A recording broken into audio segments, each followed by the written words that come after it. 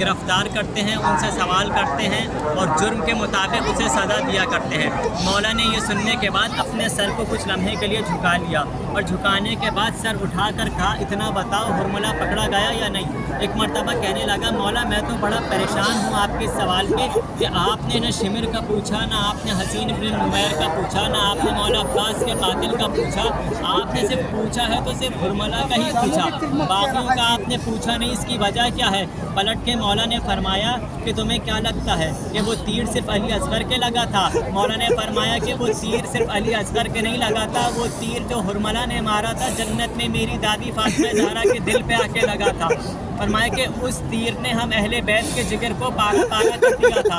یہ سننے کے بعد جیسے ہی وہ شخص مختار کے پاس مولا کا پیغام لے کر پہنچا، اب جیسے ہی پہنچا مختار کی بارگاہ میں، حرملہ گرفتار ہو کے پہنچ چکا، اب جیسے ہی اس نے دیکھا تو نعرے تکبیر بلند کرنا شروع کی۔ مختار نے اس کو بلا کے کہا کہ یہ بتاؤ یہ نعرے تکبیر کا سبب کیا ہے اس موقع پر؟ کہنے لگا کہ میں ابھی سید سجاد کی خدمت سے آ رہا ہوں، مولا نے آپ کے لیے ایک پیغام بھجوایا ہے۔ جیسے ہی سننا تھا مولا نے میرے لیے پیغام بھجوایا ہے۔ ایک مرتبہ اپنی مسند چھوڑی، اتر کے پہنچ گئے جناب مختار اس شخص کے پاس، کہا بتاؤ کیا پیغام بھجوایا ہے؟ فرمایا کہ کہہ رہے ہیں کہ مختار بڑا اچھا کام کر رہا ہے، قاتلان حسین کو گرفتار کر کے ان کو جرم کے مطابق سزا دے رہا ہے، لیکن مولا نے بس اتنا پوچھا کہ مختار سے کہو جتنا جلد ہو سکے حرملہ کو گرفتار کر لے، حرملہ کا سر مولا کی خدمت میں بھیج دے۔ اب جیسے جناب مختار نے یہ سنا، حرملہ کی طرف مخاطب ہوئے اور کہنے لگے، اے حرملہ بتا تو نے کربلا میں ایسا کون سا ظلم و ستم کر دیا کہ سید سجاد نے کسی قاتل کا نہیں پوچھا، صرف تیرا ہی سوال کیا تیرے بارے میں پوچھا؟ کہتا ہے کہ اے امیر مختار میں اپنے وطن سے 6 تیر لے کر چلا تھا، فرمایا کہ جب وہ تیر میں لے کر چلا 3 میرے غلط نشانے پہ چلے گئے، 3 تیر خطا ہو گئے، کہ بس 3 تیر ایسے تھے جو میرے نشانے پہ لگے، کہ بتاؤ پہلا تیر تم نے کہاں چلایا؟ کہنے لگا کہ اے مختار پہلا تیر میں نے اس وقت چلایا کہ جب مولا عباس ذوالجناح کی مولا عباس جب گھوڑے پہ سوار تھے، ان کے ہاتھ قلم ہو چکے تھے اور ذوالجناح مولا گھوڑے پہ سوار تھے، اب جب ہاتھ قلم ہو چکے تھے کسی میں اتنی ہمت نہیں تھی کہ ابھی عباس کے قریب جاتا، عباس کی آنکھیں سلامت بھی تھی، کوئی ہمت نہیں تھی کہ کوئی آگے جاتا، ایک ملعون نے مولا عباس کی آنکھ پہ تیر مارا، آنکھ زخمی کر دی، فرمایا کہ میں نے 3 کمان کا جو تیر تھا وہ میں نے جب تیر جوڑا اور مشق سکینہ پہ تیر کو چلایا، اب جب اس تیر کا چلنا تھا مشق سکینہ پہ وہ تیر آ کے لگا اور جب سارا پانی بہہ گیا اور اس تیر نے مولا عباس کو زین سے گرایا تھا، فرمایا کہ یہ پہلا تیر تھا جو میں نے مشق سکینہ پہ چلایا تھا۔ فرمایا بتا دوسرا تیر تو نے کہاں چلایا؟ کہنے لگا ہاتھوں کو جوڑ کے مختار دوسرا تیر میں نہیں بتا سکتا، میں تیسرا تیر بتا رہا ہوں، کیا بتا تیسرا تیر کہاں چلایا؟ فرمایا کہ تیسرا تیر میں نے اس وقت چلایا جب غریب زہرا ذوالجناح کی زین پر ٹگمگا رہے تھے، میں نے اس تیر کو کمان میں رکھا اور وہ تیر بھی ایسا تھا کہ وہ کمان میں رکھ کے مارا نہیں جایا کرتا تھا، اس تیر کو پہلے زمین پہ رکھا جاتا تھا اور کمان میں رکھا جاتا تھا، 3 بھال کا تیر، اور اس تیر کے بارے میں کہا جاتا ہے یہ وہ تیر تھا کہ اتنا وزنی ہوتا تھا کہ بڑے بڑے جانوروں کو شکار کرنے کے لیے اس تیر کا استعمال کیا جاتا تھا، اور جب یہ تیر کسی جانور کو لگتا تھا تو جانور صرف گرتا نہیں تھا بلکہ قلعہ بازی کھا کے گرتا تھا۔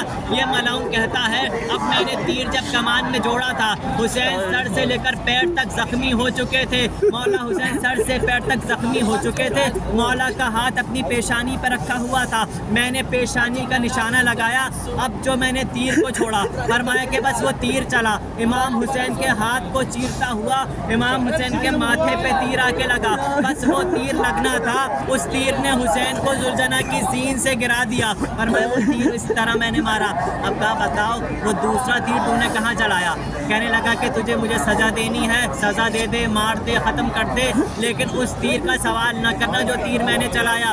مختار نے کہا بتانا پڑے گا کہ کہاں تیر چلایا؟ بہت اصرار کرنے پہ کہا مختار اگر تم پوچھتے ہو تو میں بتاتا ہوں، وہ تیر میں نے اس وقت چلایا جب حسین اپنے 6 مہینے کے بچے کو میدان میں لے کر آئے۔ فرمایا کیا کہہ رہے تھے؟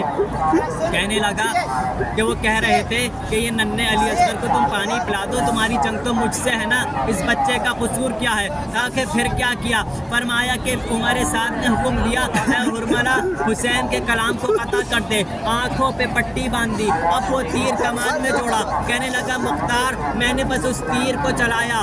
پھر جیسے ہی کہا کہ جب میں نے تیر کو کمان سے چھوڑا. اب مختار نے پوچھا بتا پھر ہوا کیا؟ کہنے لگا ہونا کیا تھا, ذبیحت طفل من الاذن الی الاذن, فرمایا کہ بچہ باپ کے ہاتھوں پہ ایک کان سے دوسرے کان تک ذبح ہو چکا تھا. مولا حسین نے خون علی اصغر کو لیا, آسمان پوچھنا چاہا. آسمان سے ندا آئی کہ یہ خون آسمان پہ اگر آ گیا تو ایک قطرہ بارش کا نہیں بن سکا. زمین پہ پھینکنا چاہا, آواز آ گئی اگر ایک قطرہ زمین پہ گرا تو اناج نہیں اگے گا. مولا حسین نے علی اصغر کا خون اپنے چہرے پہ مل لیا.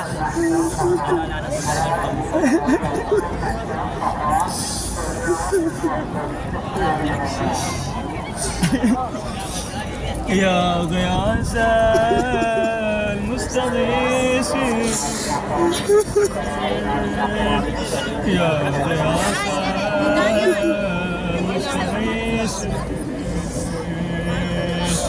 يا غياث المستغيث يا غلام باقي علي أصغر ناقض باب الحوائج علی اصغر ہمارے گناہوں کو معاف فرما, ہماری توبہ کو قبول فرما, ہمیں اپنے مقصد میں کامیاب فرما. جو لوگ مریض ہیں انہیں شفا فرما. یا اپنا شب جمعہ ہے, شب زیارت امام حسین ہے, بین الحرمین موجود ہے, ہماری اس دعا کو قبول فرما. اس تھوڑی سی عبادت کو اپنی بارگاہ میں قبول فرما. یا غیاث مستغیث